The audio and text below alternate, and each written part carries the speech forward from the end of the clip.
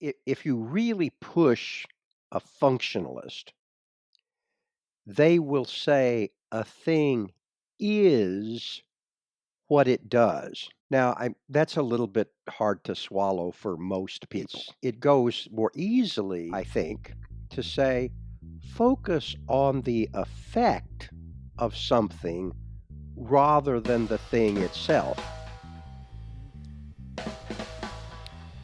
Okay. So, welcome back to Act Root to Fruit.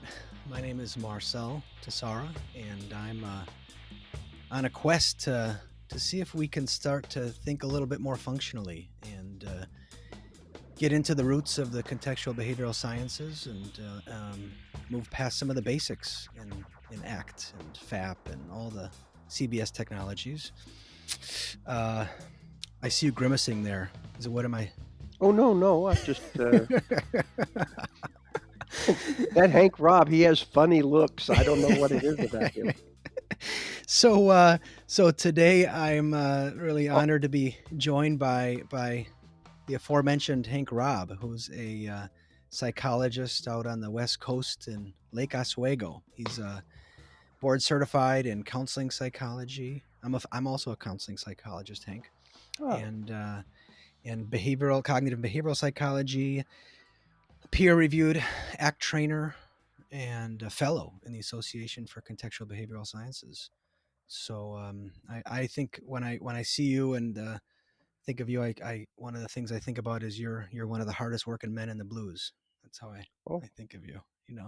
I see your post on the listserv, which if you're not a member of ACBS listening to this, I highly recommend checking it out. Lots of good resources and thoughtful dialogue, and you're a real great contributor to these discussions. Thanks for joining me, Hank. Well, thank you for inviting me. Yeah, for sure. How about we start with like what's the best concert you've ever been to, Hank? Oh, this is a funny story because I hate big crowds like that, and I've never been to one. Really? Right. Okay. And the truth is, it's not the crowds. Uh huh. It's the trying to get the car parked and Mm, trying to get out of there. okay. Should we just spend this hour, our time together, breaking that down functionally? Maybe. Yes, well, it certainly is an excellent example of avoidance. Yeah. You don't wanna have a certain kind of an experience, so you don't do things that would put you in contact with that kind of an experience. Yeah. And the thing is, the same principles have to do with experiences that are not so much outside your skin, but Mm-hmm. experiences that are inside your skin. Mm-hmm. So I don't want to be stuck waiting a very long time in lines to get out of a place, Yeah. but I might not want to feel afraid. So, what can I do to avoid that fear? Yeah. Well, people have moves that they uh, may have been quite unawarely developed and may even been quite unawarely using. And the function of those things is don't come up against anxiety, Mm-hmm. just as the function of avoiding big concerts is you don't have to be in that line trying to get out of the place. Yeah. Yeah. And I think the crowd thing is interesting because we grow up in a society that tells us that we should feel comfortable, where evolution kind of tells us that a big group of strangers isn't our friend, and we're not. Well, also, I think that it also relates to values Yeah. because for many people, the like, you know, hour and a half, 2 hours in a line of cars to get out of a place, the concert was worth it. Uh huh. Now, for me, no, now maybe it's because I've never been. If I had gone to one, I Yeah. might say, "Oh, yes, sitting here in this car with the fumes and all the rest of it, it is worth it." Yeah. But as far as I can guess, I don't think it's worth it, so I don't do it. All right. You said something I want to go back to in this kind of internal environment that we experience and the external. One of the questions I've been posing and really enjoying to hear my guides through this contextual behavioral forest answer is do you, how important is it that we see these thoughts and these emotions as behavior to you? Yeah, I think I think that that is very useful. Uh, for one thing, um, it helps us um, stick with the view that we're only going to uh, live in a world. We're only going to talk about a world. We're only going to consider a world that has one kind of stuff.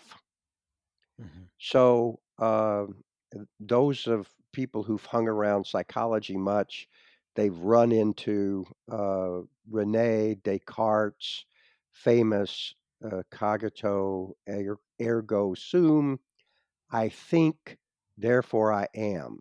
And then he tells us what the thinking stuff is: spaceless, weightless, and timeless. Hmm. And he compares that, or he contrasts that with physical stuff, which is exactly the opposite.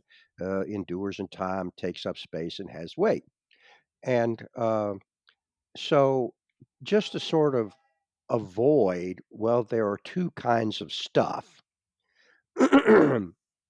I think behavior is something that helps us, one, avoid that, Uh-huh. and two, stop identifying human behavior as just something that goes on in brains, Okay. because it goes on in our gut and our spleen, and it goes on in our entire body, and it occurs in a context that, depending on what the world around us is like, depending on what our history is like, Hmm. um, leads to very different behaviors. Yeah. And so it gives us a way to talk about an important aspect of living beings without having to invent some other kind of stuff, and without driving everything into, oh, well, that's your brain, that's your brain, that's your brain, I see. and leaving out your history, leaving out context, leaving out all these other important variables. Okay. And how much does that influence you when you're sitting across from somebody in terms of um, how you how you see and interact with them drinking a glass of water versus something going on inside them having some observable behavior versus private event. Well, I'm always looking at, what's going on from the frame of people are doing things. People are doing things that they have more or less awareness over, they have more or less control over, but it's all about they're doing things. Okay. And they're doing things, that's what's interesting to me. Uh, my, my younger daughter is, in her second year of residency as a physician. She majored in chemistry, particularly organic chemistry. Everything to her is it's all chemistry. Mm-hmm. And, for me, it's pretty much all behavior. Now I'm down with the chemistry. That's certainly a lens, or a a set of glasses, or something you can view things through. Yeah. But the one that I'm really interested in is the lens of behavior. What are Okay. people doing? Yeah. Yeah. Yeah. Okay. And if I ask you to see, um, the face of your mom, can you do it? I can. Now, first of all, that means you have pretty good visual imagery. Hmm. Not everyone does. Hmm. But what did you just do? Well, in my opinion, you just did a behavior. What you didn't do was go to some sort of card file in your brain Hmm. and dig up a picture that got filed there, and took it out and looked at it. Well, what would you have looked at it with? Oh, my mind. Well, what's your mind? Oh, well, it's that spaceless, weightless, timeless stuff that Descartes told us about, and that when when John Watson came along, as people say, psychology lost its mind. American psychology stopped, or at least one segment of it, Yeah. said, "We're just not gonna be interested in spaceless, weightless, Mhm. timeless stuff anymore. Mhm. It's all going to be behavior." Yeah. And of course, that's the biggest contribution that Skinner makes is saying, "Well, just because only one person can make a report about it, just because it's private experience to you, doesn't make it any less behavior, just Mhm. more behavior." Yeah. I like that. I had the image as you are, s definitely saying that, that, like, kind of like it's another appendage, I've got like, another arm inside that, goes and grabs stuff, like, um, and I don't know if I guess that's maybe counter to what you're saying, because you weren't saying, you said it wasn't like I was going and No, I picking it up. did a behavior. I did the behavior of visualizing my Mhm. mom's face. Yeah. Okay. Okay. How is that helpful, you think, to act clinicians to Well, then I can ask, what are the conditions under which such behaviors occur, Uh-huh. and what are the effects of such behavior? And if I'm interested in thinking functionally, I'm gonna pay a lot of attention to what's the effect. Mhm. Okay. And the affect. And the affect, because often affect is the effect. Can you say more about that? Yeah, boo. Now, if I did it right, the effect was affect. Okay. You felt a certain way, Mhm. and the way you felt was an effect of some behavior that I engaged in. And when I engaged in that behavior, what happened? A certain thing happened with you. A behavior occurred, a behavior that the startle reflex you actually have a lot less control of Mhm. than a number of other things. But like, how do you respond to your startle effect? Well, it turns out you might have a lot more control of that, even if you have a lot less control of the startle effect. Okay. And again, how you react to your startle effect, what's that? Just more behavior. Okay. More doing. Exactly. Yeah. And how do you start to get people to think functionally? What do you think is some ways that you see some tricks, or maybe not tricks, maybe hard ways to for folks who are working to kind of move past just the basics or the hexaflex in act. Some And ways by to think by functionally. asking the question, Yeah. well, what happens when you do that? Okay. What happens? Yeah. And that gets the focus less on the doing. The doing's important, Mhm. but functionally, what's the effect? You're speaking to a clinician who's trying to understand functionally they're doing in session, I guess is what I'm hearing you say. Yeah. Yeah, so when the person I'm sitting with does X, whatever the X is, Mhm. I can think of that as, well, what brought that about? What did I do that produced that? Now, of course, this is why context is important Yeah. because when I'm sitting with someone, we're sitting in that context, but they bring their whole history into that context. Yeah. So there are things that are part of how is it that they are responding that way that are not just about me, Mhm. but I don't have any control over their history. Yeah. I might have some control over the situation, but I also have control over what I'm doing. And if I'm focused on, well, how is that working for our purposes? Yeah. And when I'm sitting with someone well, in a lot of cases, not just when I'm working as a psychologist, but in a lot of cases, um, uh, what are we trying to do here? And if I can keep in view, well, what are we trying to do here? And usually in a consultation situation, it's for a person to live more fully, Hmm. to to to really experience the kind of deep, fulfilling, um, uh, experience. Um, I'm not just surviving, I'm really living, I'm Hmm. really thriving. Hmm. That's the point of people getting together with somebody like me or somebody like you. Yeah. And then, well, okay, what's the effect of my behavior towards that?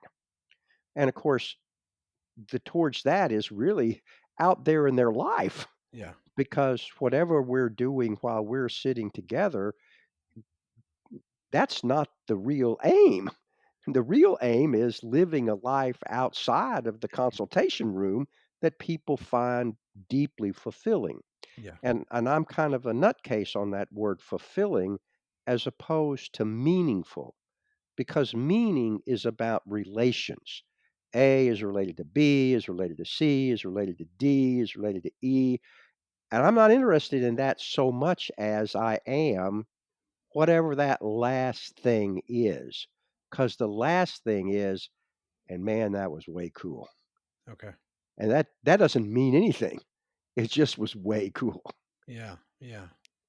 So I'm much more interested in focusing on living a fulfilling life rather than living a meaningful life.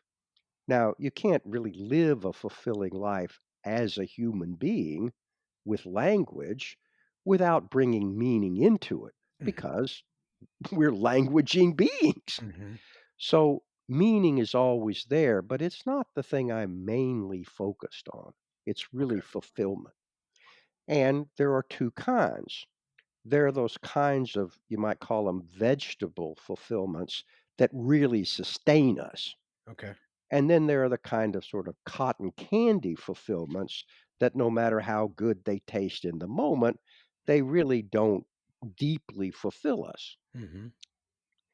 And one of the questions I had about the cotton candy and the vegetable situation is I get the sense, Hank, that you are have this ability to say these things in a what present them in a simple way, but they're based on a thorough knowledge of a lot of things that are happening, and a lot of sweat equity that was put into your education. And so how important is it? Do you a I guess is like, do you see yourself doing that to kind of translate it to the masses, or um, and b how important is it for us new learners to get into that, the undergrowth of the cotton candy and the vegetable fulfillment directions? I happen to be, I think, just sort of lucky in that somewhere along the line, uh, analogies were something that came to me. Yeah. Uh, so I think, like everybody, some of us have more talents in one direction or another. Um, but there are a couple of things that I can remember from my history that were important, and that was I was trying to explain my dissertation to my wife way back then, and she said, "I have no idea what you're talking about." Hmm. And my answer at the time was, "Oh, well, she doesn't have the background." Yeah. Only later did I realize that's a dumb answer. What it means is you're not being clear in your explanation Yeah. because the point is not to have this sort of be a member of some secret society. Yeah. The point is to bring whatever it is that you have to offer Okay. out to the world. So And the idea, if you can't explain it to a child, you don't know it well enough. That y there's a that in that film Philadelphia, the, Denzel Washington character is always saying, "Tell it to me like I'm a four-year-old." And that's a pretty good line. Uh-huh. Uh-huh. Um, and when people have a choice between reading philosophy and reading a novel that illustrates the philosophy, they always take the novel.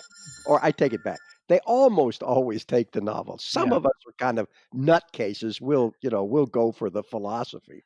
But that's how people learn. People learn most readily by stories, and Uh-huh. stories are about things that we know that we then that help us know the new thing. Okay. That's why, people who teach, they teach, I'm the great teachers of the ages, they teach in parables, they teach in stories. They're Mhm. not, uh, uh, uh, you know, technical philosophy is only for a few. Yeah. But if you wanna take it to the world, then you have to take it to the world instead of, "Oh, the world, well, they don't get it, those dummies." That's not gonna help anything. Back to the effect. Yes, back to the effect. Exactly right, exactly right. I'm following, I'm following. It might not look like it, but I'm following. Um, okay. Well, so, I mean, that does raise the question, I guess, and I really am interested in your opinion around, what has, I think, been a kind of controversial thing between, the act made simple world and the, no, you need to really have the purple book memorized world. Yeah, and, that old line, "It's not either or, it's both and." Okay. Okay.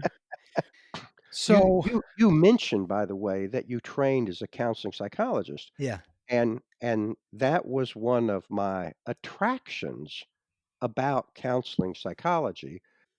What is what is psychological, uh, consultation, therapy, what's it all about? Is it about getting rid of the bad and then that's it? Or is it about the pursuit of something that is Mhm. really worth doing in life? Mm, mhm. And, one of the attractions, I think, that is a help if you didn't get steeped in, "Well, what we're trying to do here is just get Mhm. rid of the bad, and then everything takes care of itself." Mhm. If you're more directed toward, how do you enhance life? How do you make it more a fulfilling, a really like, "Hey, it's worth being alive." Yeah. We're only gonna be at the party for so long, and like, Mhm. "Oh, man, when's the party gonna be over? Because this is a drag." You know? That's that's not gonna be great. Yeah. Yeah. Or, I've been to parties that are worse. That that's so great. Yeah. Well, maybe we could jump into, in a little bit of a real play that we had talked about earlier. What do you say? Sure. Yeah? Okay. And you were telling me that you were gonna go on an adventure. The adventure of giving a training. Yeah, giving a training and, mm, one of those, excitement, um, things when you sign up and then and Well, and I called it an adventure because when you go on an adventure, you don't know for sure how it's gonna turn out, mhm. and there's some sense of danger. Yeah. Okay. Now, if you, jump off a one-story building, you don't know how that's gonna turn out. You could walk away or you could break your leg. Mhm. If you jump off a 30-story building, we know how that turns out. That's not an adventure. Uh-huh. And if you walk into a park in one entrance without any notion of what way you're gonna exit the park, well, you don't know how it's gonna turn out, but that's called a walk in the park. It's not an adventure. Mm. So now you have an adventure ahead of you. You're not Mhm. sure if it's gonna go well Mhm. or poorly, and that having things go poorly, that's a sense of danger because danger really is stuff we don't want. Mm. And when you can sort of recognize, well, danger is stuff I don't want, as soon as the thought about things that I don't want show up, Yeah. then psychologically you're on the adventure because you feel afraid. Mhm.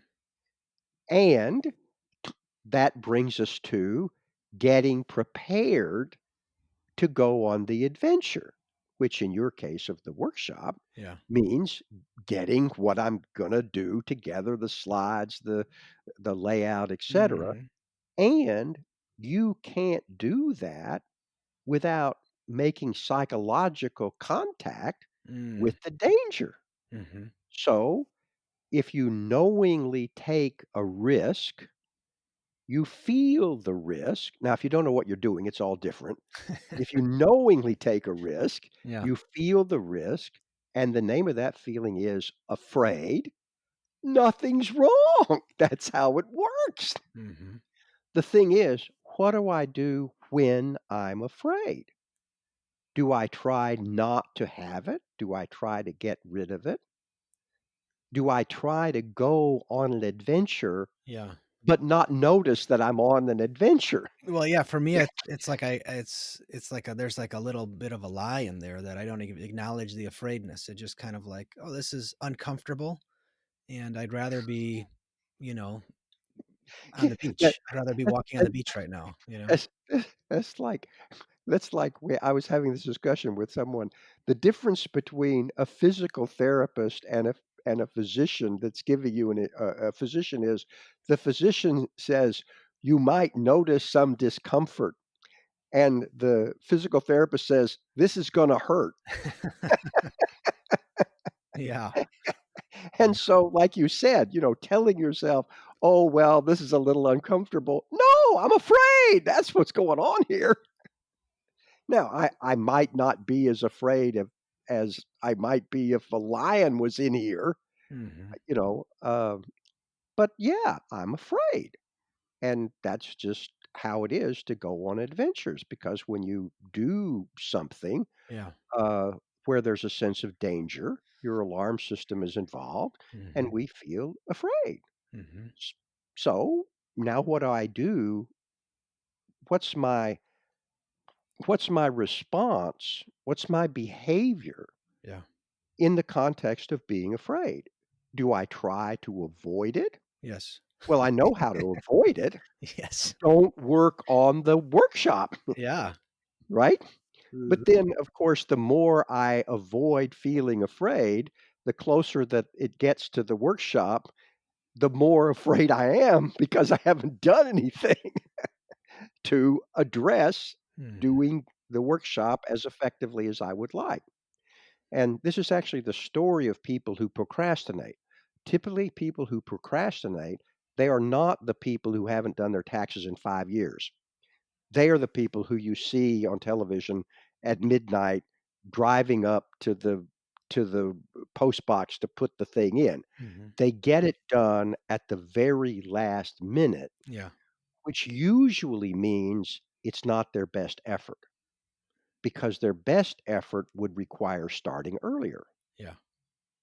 And so then they have this history of, well, when I do finally get down to work, it's not nearly as good as I want it to be, which then instead of saying, oh, well, that means it would be a good thing to start earlier, it's like, oh, well, I don't know why I want to do this in the first place because it'll just be disappointing to me when I get the outcome, and it tends to feed on itself. Mhm.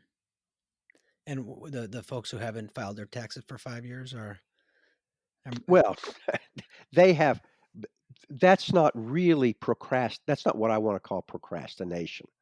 That's sort of now we're more over into the area of denial. You know, So, I didn't um, get my taxes filed. Ah, what's the difference? I feel a sense of denial in, kind of recently just seeing how much of my procrastination has to do with anxiety, I think I used to chalk it up to, "Oh, I don't," I work better under pressure," or just these kind of these lies that I Yes, as I like to say, no, it's not that you work better under pressure. It's this just that you don't work until you get under pressure. Yeah, If you would start earlier, you would find that you worked fine. yeah, yeah. So okay, so I'm hearing you say I need to start by acknowledging what's there, acknowledging that I'm afraid. Yes, and why? Because that's how adventures work. If you don't know how it's going to turn out and there's some sense of danger, which is what it is to be on an adventure, then you will feel afraid to a greater or lesser extent, depending on the how much you estimate the danger to be. Hmm. Yeah. Yeah, because right now I would say the physical feeling has been one where it's like I'm on those walkways, those moving walkways, and I'm just feeling like the gravity of the weekend pulling me, and it's just like, like there's nothing I can do, to Well, and great, because of course, well, I could feign illness. You're a bright person. If you get to work on this, you could come up with some stuff, Yeah, man, right. Yeah. Yeah. I could just storm the Capitol and get coronavirus. or whatever. Yeah. Yeah, Uh, no, you know, or you could, yeah, you could, get drunk, you could use some other sets of chemicals, mhm, you could, uh, oh, when I was in college, I was not a very good student, and I found ways to not be a very good student, um, including I have a history of difficulty reading. okay. And during exam weeks for a few years in college, I was always able to say, "Oh, well, I read 3 novels lately." Of course, it was during exam week when I Ah, should have yeah, been right. studying things, but, "Oh, I read 3 novels." So, there's a lot of ways that we can find, uh, and especially brighter people, this is the downside of being bright. You won't run out of ways to screw things up. Mm, You won't run out of excuses. mhm.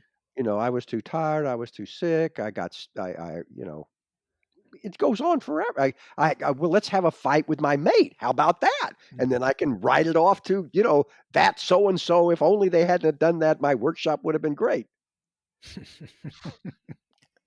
So speaking functionally, like acknowledging the purpose of my behavior and helping you're helping me see what Well, and it may not have see, when you say the purpose, it may have been the effect, but it might not have been your purpose. See, because purpose suggests an intent. I see. Now,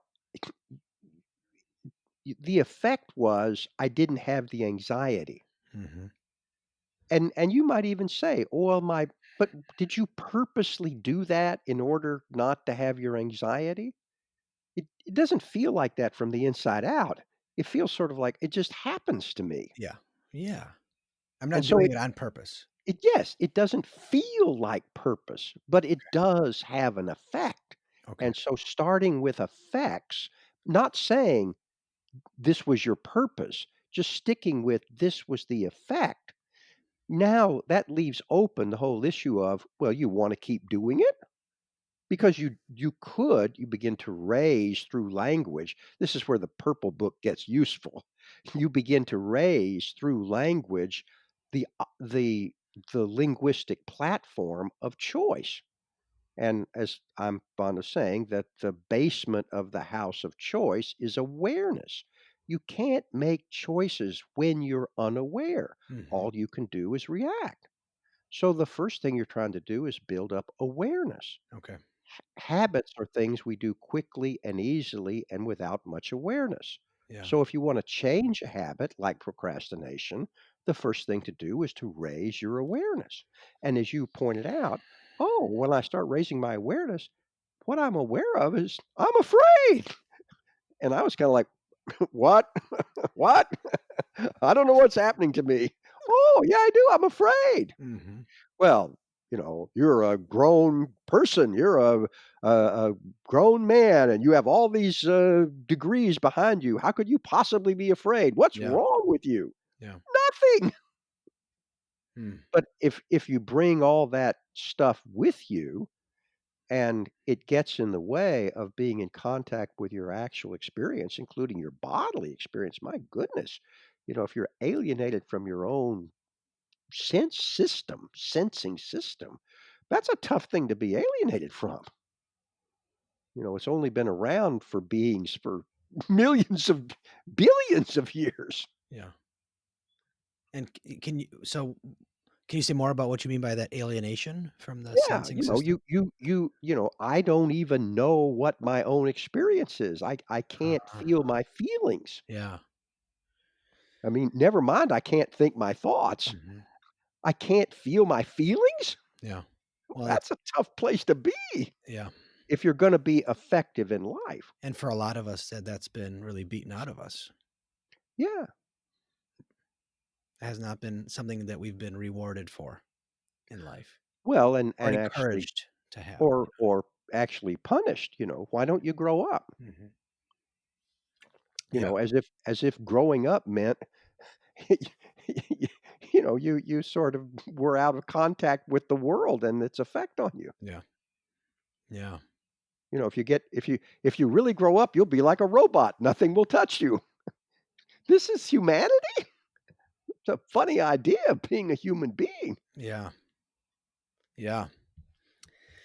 And especially our culture. I can't speak for other places, but I think that our culture is we're definitely feeling the effects of of several generations of that right now. Well, and I think if you sort of look sociologically, the machine age meant human beings becoming appendages to machines. Mhm. People don't like this. I mean, they really don't like it. And, uh, well, how do we fix them so that they will? Mhm. You know, uh, let's get some professions so that they'll like it, or at least they'll put up with it. Yeah. Yeah, there was one of my I like stand-up comedy a lot. I think they have a lot of really There, smart that's the things to best, say. man. Just witty things to say to dissect our craziness. And this comedian Doug Stanhope has this great bit on ADHD. It's like, well, you file insurance forms 40 hours a week and you have trouble paying attention.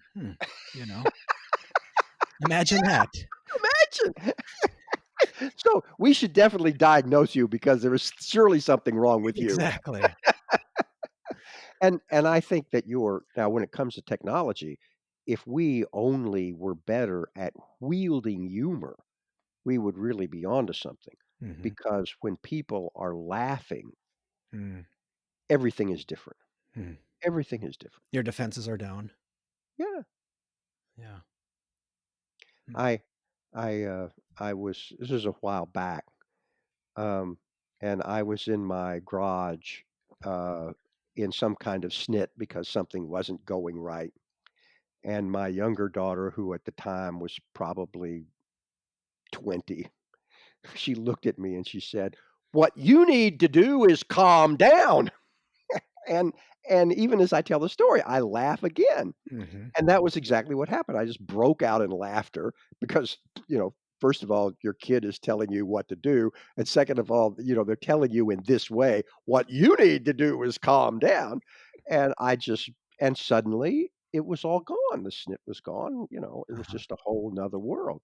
But that technology of bringing humor Yeah. into the moment Hmm. is something that is I mean, clearly some people will be better at it than others because people are more or less talented about one thing or another, Yeah. but we don't even try to teach it. Yeah. Yeah. I really appreciate that point. I Al Ellis, it's kind of funny the things that happen in your life, but I happened to watch a lot of television when I was growing up, and there was a show called The Today Show, it's still on, Hmm. and back when Al Ellis, first published one of his very popular books around Hmm. 1960, he was on the Today Show, and I actually happened to be watching it. And Okay. of course, it was years later that it meant something to me. Yeah. And so they said to him, "Well, Doctor Ellis, what do you think the number one mental health problem in America is?" And he looked right in the camera and said, "Over seriousness." Hmm. And, everything is a catastrophe Hmm. if X doesn't happen. Yeah. Well, maybe not a catastrophe. Yeah. Yeah, I'm with you on that. You were 4 insurance reports behind. It's a nightmare. Yeah, Really? yeah, yeah. I might not get that spot at the front of the parking lot there that I was hoping for, you know? Yeah, okay. what do you think happened to REBT? Like, why didn't it Oh, continue and grow and proliferate? oh, I think there are 2 things. One is, Ellis was not, in an academic setting. Okay. He he he worked as a private practitioner. Mhm. So, um, that just skews everything in a certain direction. Okay. And, he he was very much against sort of middle class mores, and his language, offended people Okay. so much that I think that it in the end, it didn't help. Okay. He used to say that, uh, "Yes, it will put off all the people in my age group, but young people will like it and they'll be attracted. So it's worth it because the future is with the young." Okay. And the other thing he said was, "Even little blue-haired old ladies, they don't say these things, but they're thinking them." It was it my small amount of, knowledge around it is it does, feel like, it was a lot centered around his personality and who he was, which Yeah, and that was really a great thing, and I would encourage anybody, um, uh to see whatever kind of thing you're trying to practice, see several people practicing it Mhm. because it will seem different in the hands of different people, even if it's exactly the same thing. There was a movie, I think the movie was called The Diary of a Mad Housewife, and it was in mid to late 80s, I think. Yeah. And she goes to see a psychotherapist who actually was an REBT trained woman in New York. She actually was. Hmm. And if you see the therapy sessions and REBT, you will see that she's doing it. Mhm. She's doing REBT. It doesn't look anything like what Al does it. Okay. Okay. So, that's why it's useful to see an different people, like for ACT, because people have different styles, and if you get, "Oh, well, I have to look like Steve Hayes, or I have to look like, Russ, uh, Harris. Harris, or I have to look like whoever it is." Yeah. Well, no, look at a number of people, and you'll see that it's the same structure, but it's very different in the hands of different people, Yeah. and then you can ask the questions, "Well, how should it look in my hands? Yeah. Because I bring me to this." And authenticity is not, how well can I pretend to be someone else? That's not authenticity. Yeah. Yeah. I'm with you on that. Sir, I want to hear more about your what more you wanted to say about the bee. One of the things that people who know REBT at all, they know that there's an ABC. Well, it's not the antecedent behavior consequence that people are familiar from more behavioral tradition. It's the activating event, the belief, and then the consequence. So it's not activating event, thought, and the consequence.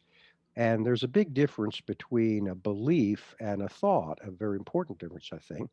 One of which is you can think to yourself, "I'm a banana," Hmm. and you will not believe it. And I think you could think it 100 times a day for 100 days in a row, and you still wouldn't believe it. Yeah. And in addition, if you are right-handed and you go to open a car door, you will reach out, most likely, and open it with your right hand, and you won't have any thought at all, like, the best way for me to open this door is with my right hand. Hmm. So, about beliefs, you can say, well, you may say them out loud or think them to yourself. You may not think them, but someone else announces them, and then you agree, "Oh, yes, I believe that." Hmm. Or you can simply act consistently with it. You don't do any thinking, you don't do any agreeing. Your behavior is consistent with whatever the belief is. Yeah. Now, that's a little different than rule governed behavior, where, how do I find the bathroom in this conference complex? Oh, I look at this map, Mm-hmm. and the map actually controls my behavior. So we're talking about behavior that's consistent with a rule as opposed to governed by a rule. Okay. Okay. So I had learned all that, and then I was stuck with, well, what in the world is a belief?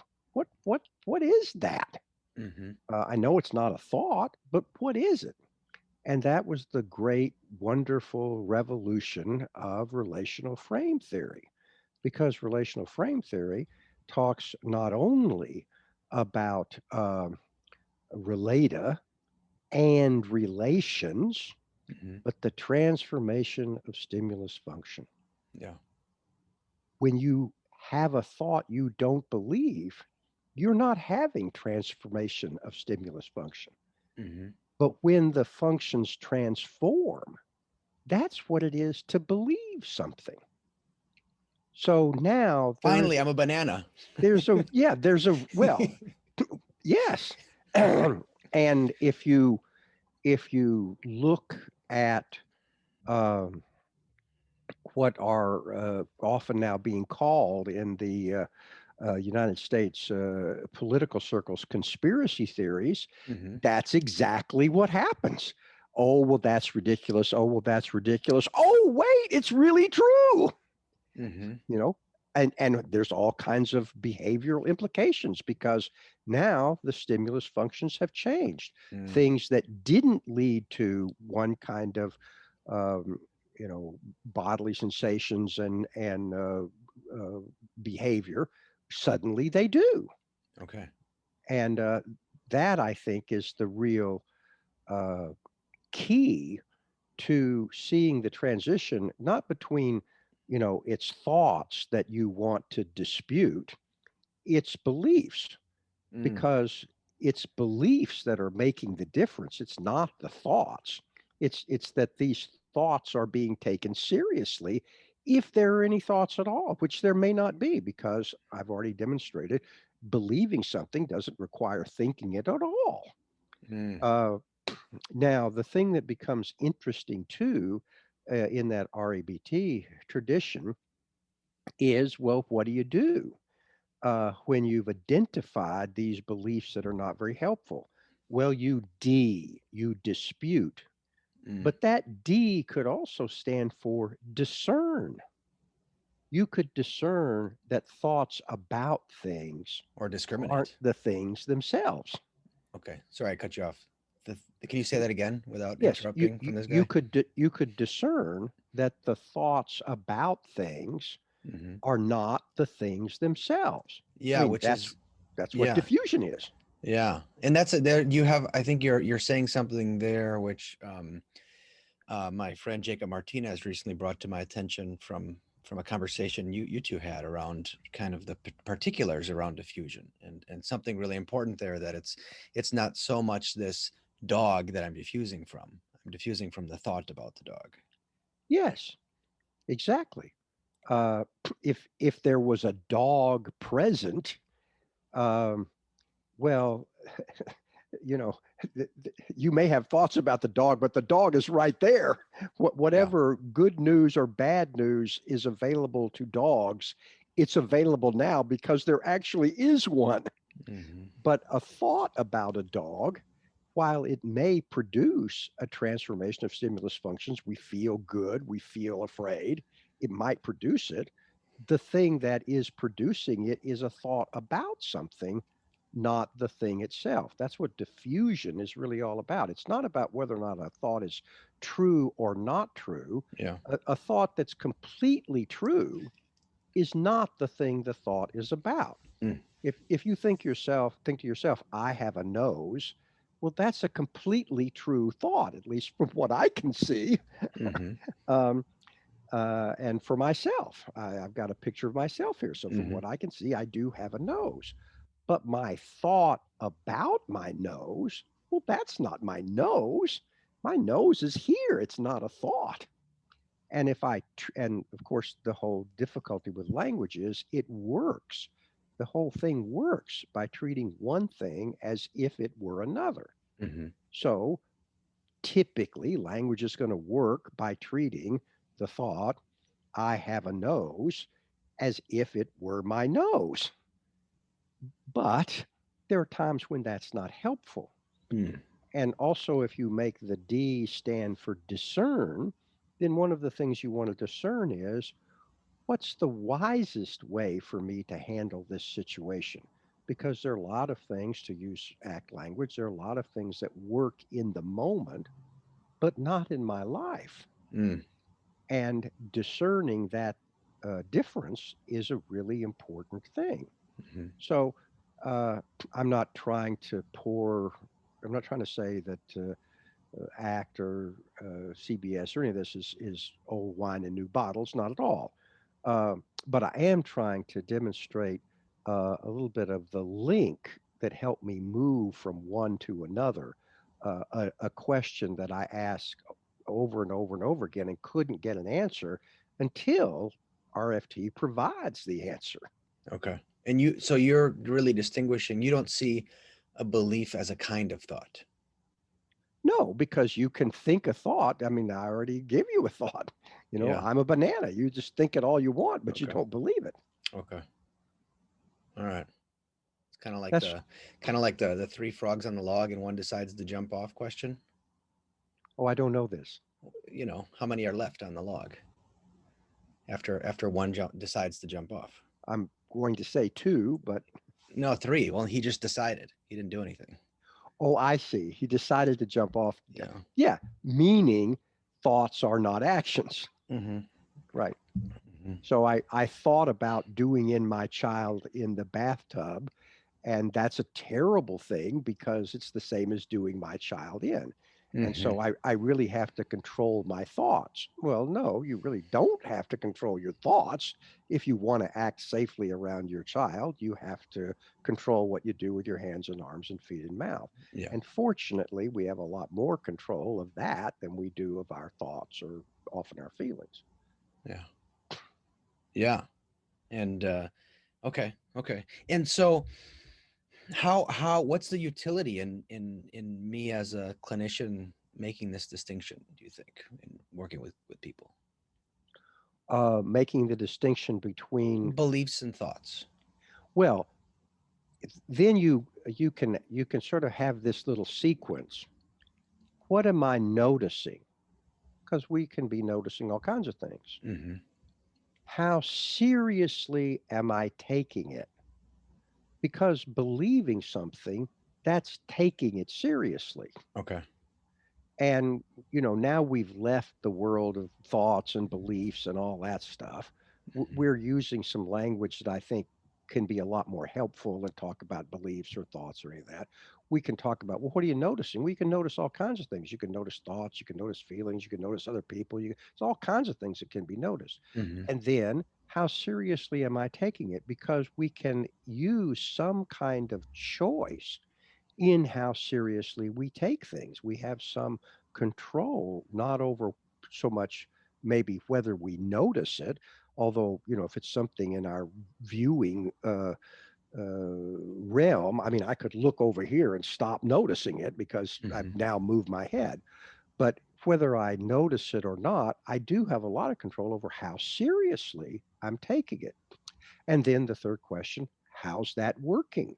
That discernment piece, looking into, well, how helpful or not very helpful is taking this particular thing seriously when it comes to the big picture of the life that I'm interested in living.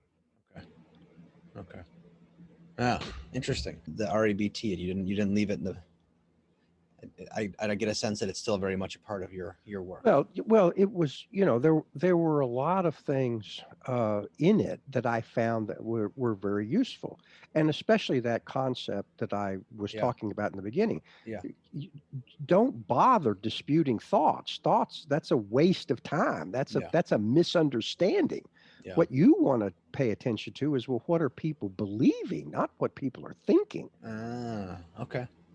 Okay. And of course, that's a very I different appreciate. Yeah. approach Yeah. than people typically get from the Beckian cognitive therapy approach, Hmm. where Hmm. it's all about thoughts, I and see. finally, people using that approach finally kind of found themselves driven to talking about schemas, because there was a whole lot of things that were effectively beliefs that no one was thinking. Hmm. And so, so then you have the whole schema theory uh, wing of that approach, because eventually you run into the fact that people do take things seriously and they're not thoughts. I appreciate that perspective. It's a helpful one to think about for me in terms of helping people discern, which ones are the stickiest ones, and how much they are, how serious the serious question, and the seriousness is I think a real interesting avenue to consider. Yes, and it's often the case when you're well practiced at taking something seriously, it's not just like that you can stop taking it seriously, because you're well practiced at taking it Yeah. seriously. Yeah. Yeah. Yeah. But Yeah. that helps bring in all the things we know about learning. Hmm. And instead of seeing people as broken or sick or ill or some bunch of metaphors like that, then you start seeing, oh, well, this is mistaken, which is a whole different thing than being sick. Hmm. Um, Yeah. I Yeah. One of the things I that was very helpful from my beginnings in REBT was, it was really a philosophic outlook.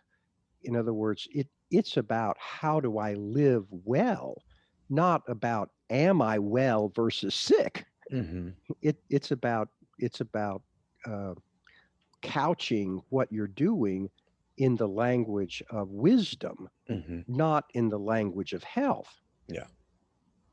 And of course, uh, there's no DSM for foolishness. Yet.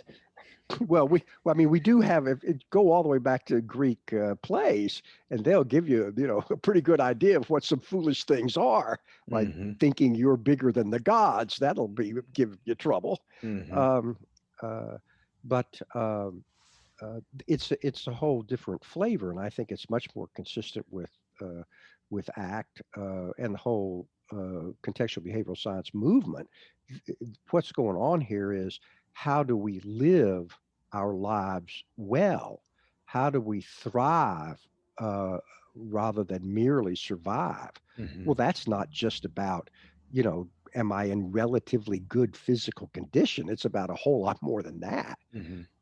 So, moving away from that uh, wellness illness model to wisdom not so wise model, I think is very helpful.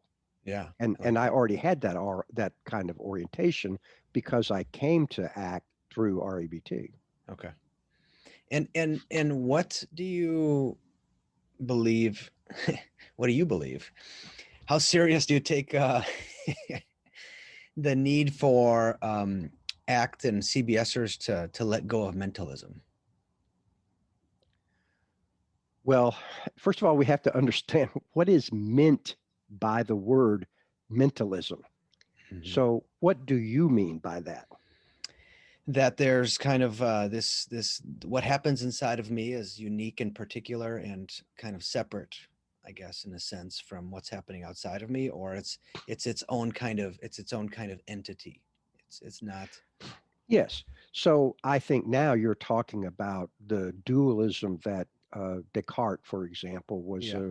an exponent of. There's two kinds of things in the world: mental stuff, which is spaceless, weightless, and timeless, and there's Hmm. physical stuff, which has weight and takes up space and has time. Yeah. Um, the things get interesting when the physics of little tiny things show up, but for his day and time, Yeah.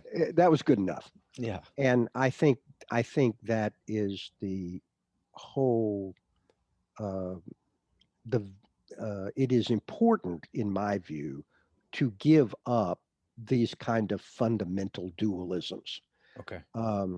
I think, uh, you know, there is one world, and whatever the stuff is that it's made out of, and I'm prepared to just let that hang, Hmm. because trying to figure out, well, what's the stuff it's made out of?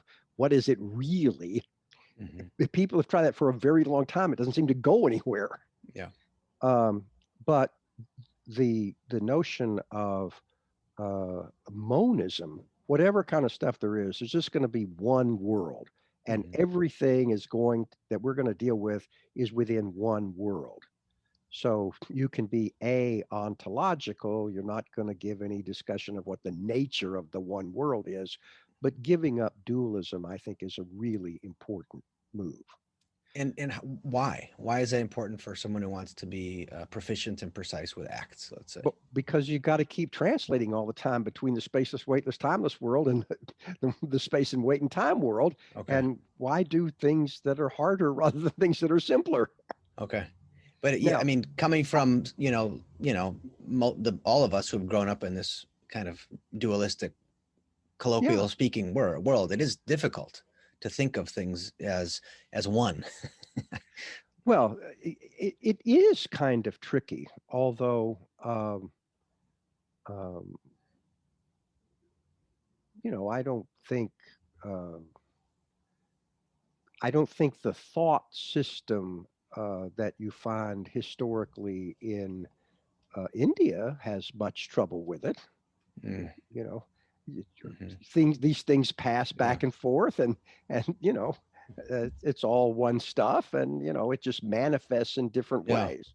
Well, but in I mean, if you're sitting across from me and I'm a client and I'm saying, I don't know, I just did it because I wanted to, Mhm. you know. Um, Well, do you know what that means? I've done things just because I wanted to. but I guess I'm trying to get at the utility of somebody really buying into the kind of behavior relation approach. The Well, I think the only difficulty with behavior relations is whether or not you can get any control. And until you find ways, if it's behavior, but you can't control behavior, hmm. then you're out of luck. But if, let's say, I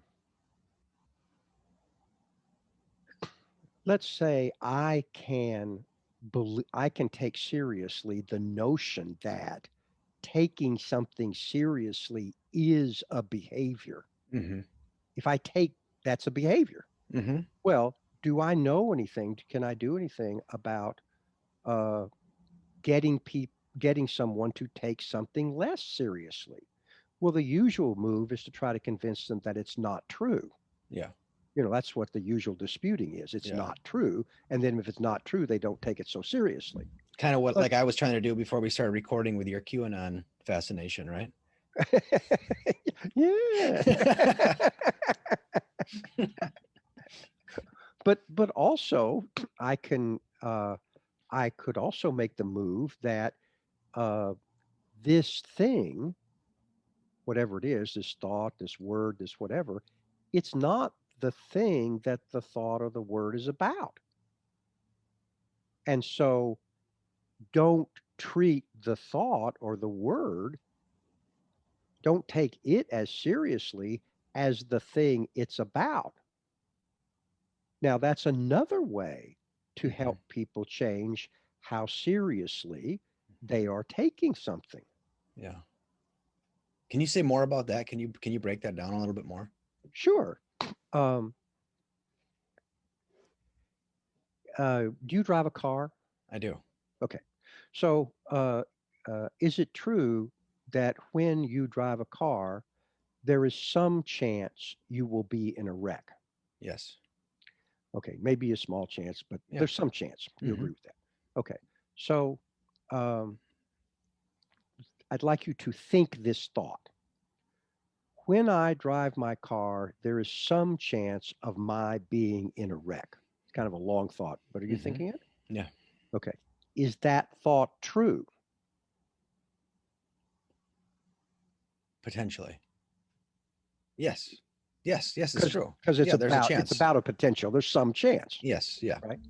Now, is that thought, is that true thought, is that thought the chance of you being in a wreck? Or does the chance of you being in a wreck somewhere out on the road and what's in your head is a thought? B. Yes. So if you want to do something about changing your chances of being in a wreck, when you get in the car, you put both hands on the wheel, you keep your eyes on the road, not the Mm-hmm. bluebirds flying around. You pay some attention to those signs they put up there. They don't put them up for nothing. Mm-hmm. Those are, you can buckle your seatbelt. That won't help you from being in a wreck, but it might Mm-hmm. help you if you get in one. Yeah. But those first three things are all things you can do to affect the probability of being in a wreck. But there is no point in messing around with your thought because that is not the chance of you being in a wreck, even though the thought is true. Yeah.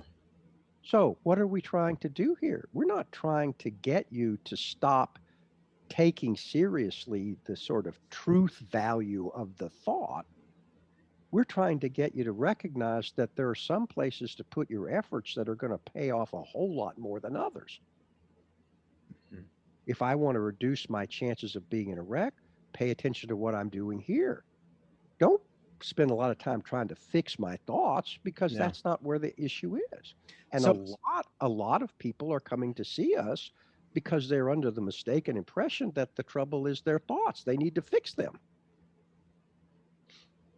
mm,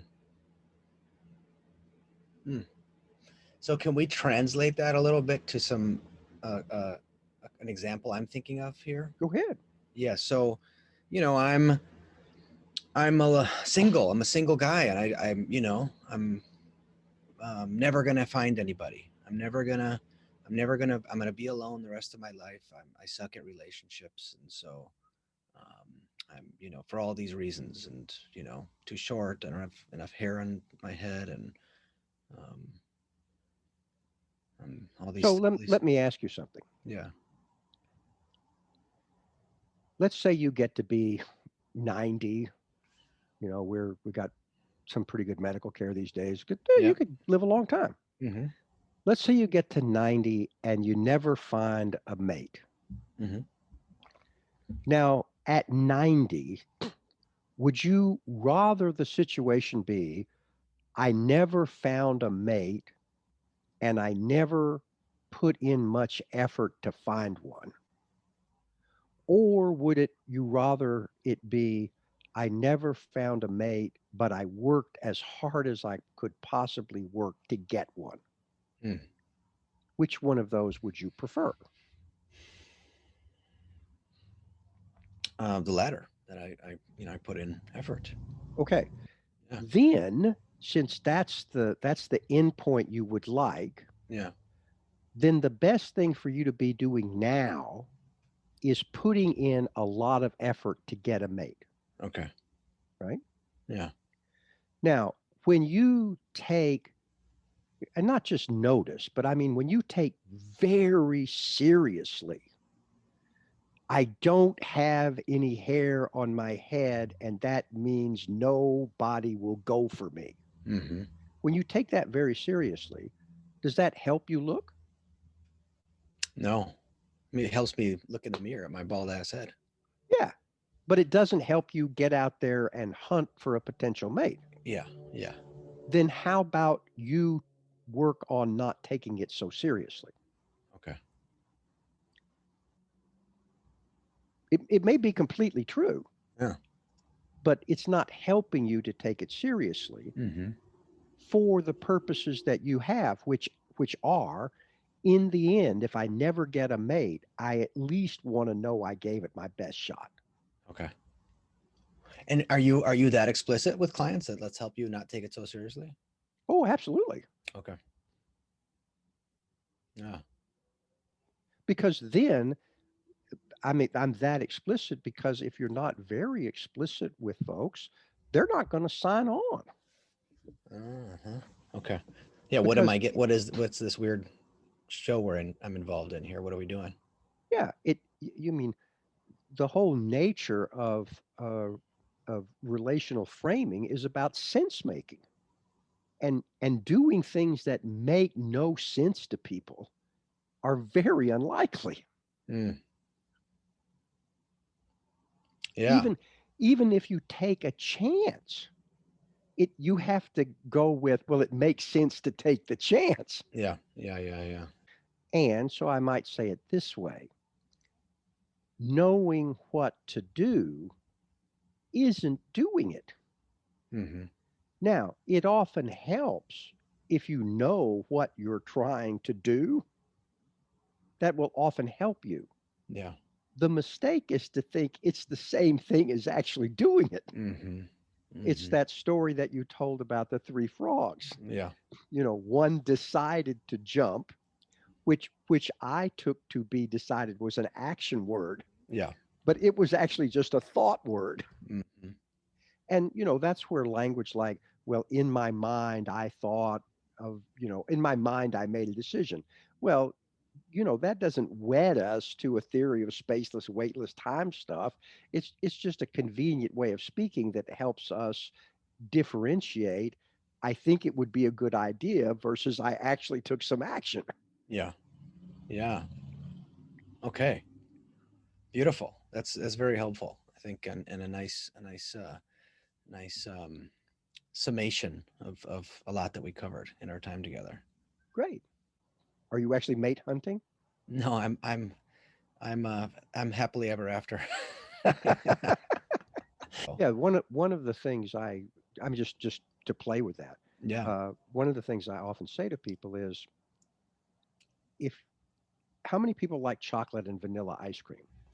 The answer is a lot. Hmm. How many people like licorice ice cream? Not Not so so many. many. Yeah.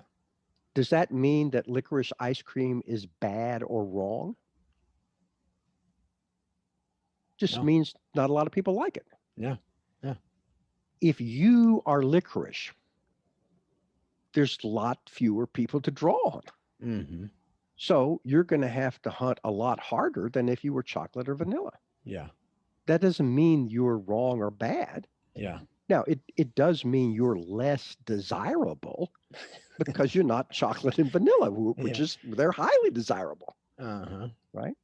But that's just one of the facts in life Yeah. that you could make peace with. Isn't it too bad that I'm not more sought after? Well, yes. I mean, why not? I love that. Right. Turns out you didn't get that. And so let's really get busy now looking for licorice lovers, Hmm. because you're only looking for one, because you're often, I'm dealing with people who want to deal with monogamous relationships. Hmm. If they wanted more, then well, okay, well, they're hard to find. Getting two or three could be tougher. Yeah, well, the internet helps these days with that. That's right, because it does something about the sorting process. Yeah. Yeah. And if it's a low frequency thing, you got to throw away a lot before you find a winner. Hmm. And so the sorting process has got to be ruthless. Yeah. And, Yeah. and that's often where, people don't pick candidates. They just take somebody who is not really a candidate, who ought to be, move on. That's not a real thing. And then they spend a lot of time with, people who, yeah, marginally I like licorice sometimes, but that is not who you're looking for. Ah, yeah. That's a whole nother topic. There was something too I wanted to ask you about. We were in this, I don't know what presentation it was, this last Worldcon, but you were a participant and you brought up this. We were talking about, someone was talking about triggers, and you had some really interesting things to say about triggers that I thought was, I can't remember exactly what it was. Oh, I'm sure that it was about invitations as opposed to triggers. It seems to me that whoever it was that invented that phrase just had never spent any time with firearms, because if the gun is not on safe and you pull the trigger, it's going to fire. Yeah. So you don't have any say about it. Okay. But if you think about an invitation, you do have an opportunity to say, yes, I accept your invitation, or no, thank you. Okay. Now, when I say accept your invitation, I don't mean, um, uh, or when I say no, thank you, you don't have to say, no, thank you, you worthless SOB. Why did you ever send me an invitation like that Uh-huh. in the first place? Uh-huh. That's not what I'm talking about.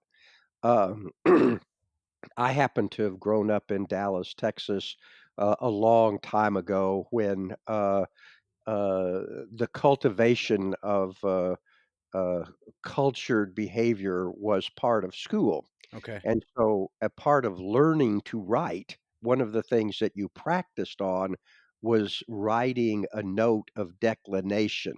Mm. Mhm. Dear Mrs. So and so, thank you so much for your invitation. Mhm. I greatly appreciate the consideration that you extended me. However, I will not be attending, like that. Mhm. And so I think the idea of being invited toward a response rather than being triggered can be a lot more useful. Now, I'm willing to grant if I say to you, Jack and Jill went up you probably heard Hill if you've got the Mhm. history that I'm guessing. So, okay, I'll give you there are some sort of automatic responses, Mhm. but there are responses that we have a lot more choice over, and when we talk as if we don't, then we don't notice that we do, and we don't spend any time making any effort to take advantage of those choices. Okay. Okay. And if we were to jump into the nitty-gritty of that, like, are you how would you, like, conceptualize what's happening in that functionally? Well, I think if you really push a functionalist, they will say a thing is what it does. Now, that's a little bit hard to swallow for most people. So, uh, it goes more easily, I think, to say, focus on the effect of something rather than the thing itself. Okay. So, um, if you and I were in the same place and I pulled out a pistol, I'm thinking of that because we were talking about Mhm. triggers. Mhm. Um, uh, And your efforts last week in Washington too. yeah, yeah. Sorry. Gotta keep N it top not top topic not reference.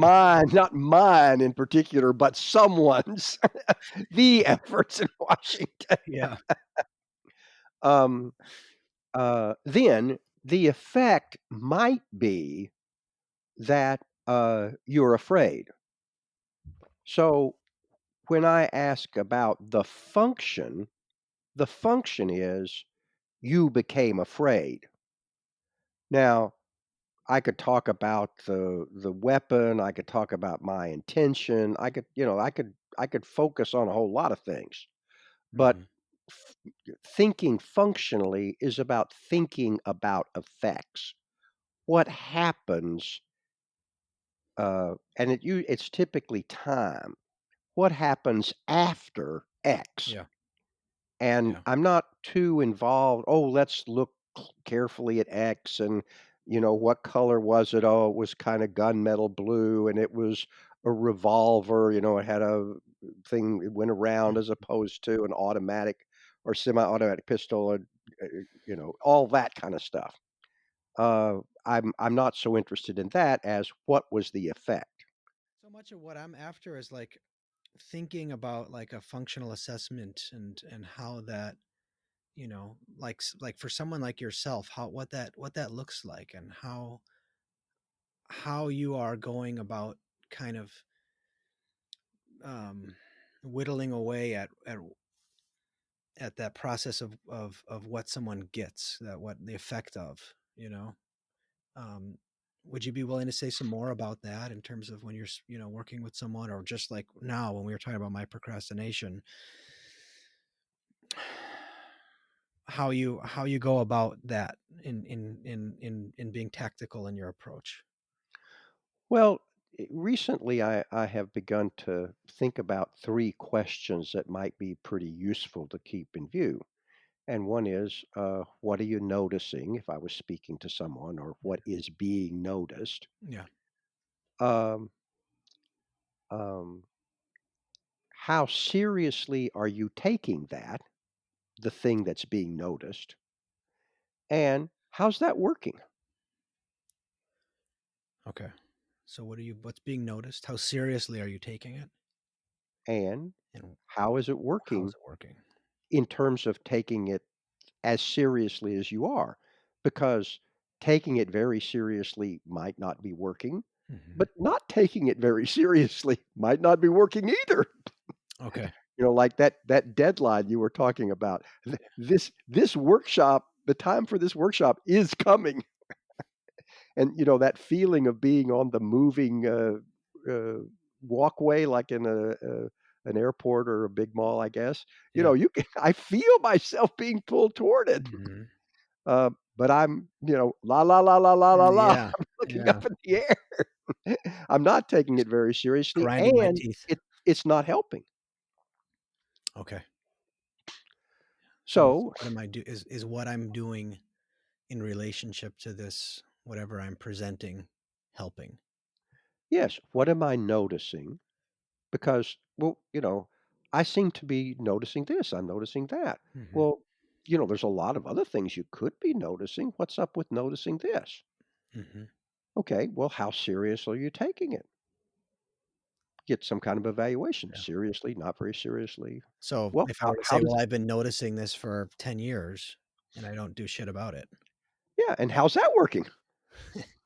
Well, I mean, I am able to live pretty comfortably, so it's okay, you know? That's right. I'm willing to get by. Yeah. This reminds one of the things that came to me in college was um, I was always by never working very hard. I could always tell myself, well, I could do much better. See these marks I'm getting? I could do very much better if I really worked at it. Yeah. But if I really worked at it, I was opening myself to the possibility of, if I really worked hard at this, I could still do lousy. So as Uh-huh. long as I don't work very hard, Uh-huh. the story of, well, if I really worked hard, I could do better, that story would stand up. The only Yeah. way that I could really improve my performance was to work hard and risk. Well, maybe I won't be very good at it. Mhm. Even my best efforts might still be lousy. But it was only taking that risk. Well, let's find out. Let's find out if my best efforts are still lousy. Okay. That's the only way I could find out what my best efforts looked like. Okay. And And like you say, I've been doing this for 10 years. Well, the only way to find out how good a workshop you can give, which may not be very good, is to stop doing this procrastination uh, and go on the adventure of, how good a workshop can I really give if I put forward my yeah. best effort, Yeah. which is a little bit scary Yeah. because you want to really give a good one. Yeah. Well, and that's And where there's some fear there about this, like where the other side of that, where it's like, oh, it's got to be perfect, it's got to be, like I think back of lectures I've given and judgments I have about myself for, not being prepared enough and not feeling, not liking how I felt after and during this presentation, and you know, I there's this other part of me that's like this control part. It's got to be, it's got to be you know, I've got to have like, everyone has to come up to me afterwards and ask for my autograph, yeah, basically. that's exactly what I want too. Did you ever play baseball at all? Yeah, yeah. Did you ever swing and hit the ball and just really just knock it way out of the, I don't know, Hmm. out of the park, but just Yeah, nice. bow. Yeah, you got a good hit on it. That's what I want every workshop to feel like at the end. I want like that, bam! I just knocked it out of the park. They're not And gonna ever have to read anything again in their that's right, and they'll be like, no one will leave the room. They'll all be wanting to stay after because no matter what comes after my stuff, the fact that they were where I was, this is like the greatest thing ever. Yeah, yeah. Yeah, well, it turns out I don't get those very often. And my wife will often say to me, she says, "Oh, well, you're just a perfectionistic nut." Yeah. But no, if you have high standards, if you have high standards, what that means is usually you're going to fail Hmm, because usually, if okay. you if At you least kept 51% of the time. if you keep meeting the standard and you think of yourself as having high standards, Yeah. you just raise them.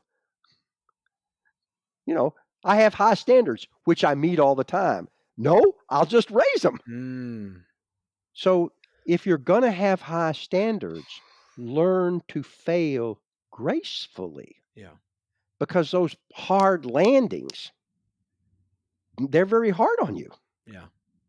So I don't knock it out of the park all the time. It is what I'm after. And if I don't knock it out of the park, well, I don't. Mhm. It's bad. It's too bad, but that's all. Yeah, It's just too bad. okay. I appreciate that. Now, I could blame and condemn myself, but I have tried blaming and condemning, and it turned out it wasn't that great. Mhm. Have you given it a run? Once or twice, yeah. Yeah. Do you think you need more experiments? Uh, I don't know. I yeah, there's my mind pops up there with like, well, apparently you do. Yeah, because it hasn't worked very well yet, but Yeah, surely it's because I haven't done it hard enough or often enough. exactly, Well, exactly. go ahead, beat yourself up some more. And Yeah. just by the way, check into the history of blame and condemnation amongst the human beings Mhm. across history, and you tell me, what do you find? That blame and condemnation has been really helpful to people? But maybe it's just you. Normally, it doesn't work, but for Yeah, you, you're a yeah, special case. So yeah. you try it a lot because it's really gonna help you. Yeah, okay. So, as we wind down here, Hank, I'm sensing that you use a lot of irreverence in your clinical work and yourself, obviously a lot of yourself, and getting at me to think, and I mean, could you talk a little bit about your approach and what just happened? Yes, and this sort of brings me back to Al Ellis. Uh-huh. Uh, I, um, I don't wanna go too much in the weeds, but when cognitive behavior therapy first kind of showed up on the scene in my life in the at the end of the '70s, Yeah. uh, uh, people referenced Al Ellis. So I was able to go see Al. And one of the things that he said was that he attacked people's ideas, but he didn't attack them. And of course, he did real plays all the time as demonstrations. Mhm. So I went around and I asked people afterwards who'd been on stage with him, did you feel like he was attacking you or did you feel like he was attacking your ideas? And they all said, I did not feel like he was attacking me. I felt like he was attacking my ideas. Uh, and of course, I could have written it off to, well, there's various factors because they were up there and they don't want to say, blah. But I took them seriously. Yeah. And and this idea of sort of um, this doesn't help me, but let's not do blaming and condemning, Mhm. but let's change this way of going about life in the world. Yeah. Um, it turns out irreverence can be very helpful about let's not take that too seriously. Yeah. Again, humor can be very helpful, not because you're making fun of the person, but you're making fun of an approach to Yeah. life.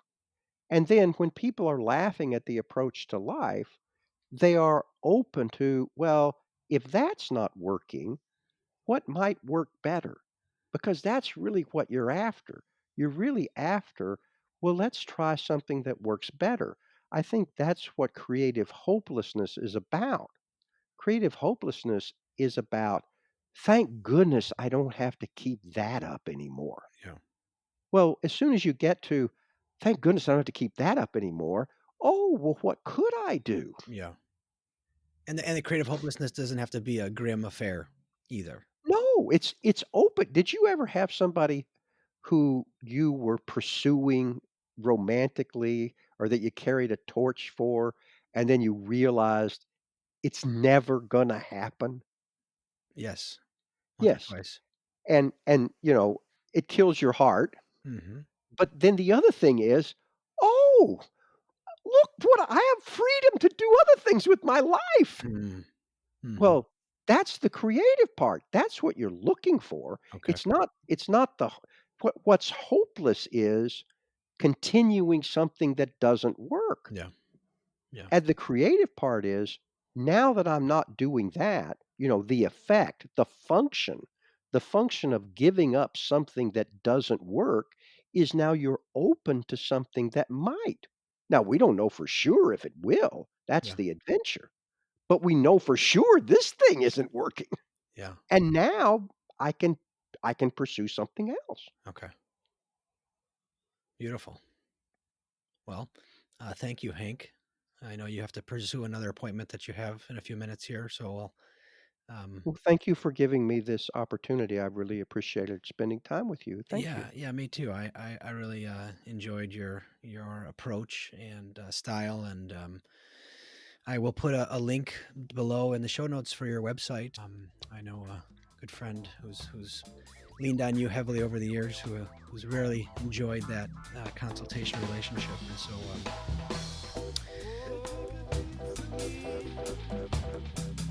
But I'm getting stronger. They take a piece of me. But I'm getting stronger. They take a piece of me. But I'm getting stronger. They take a piece of me.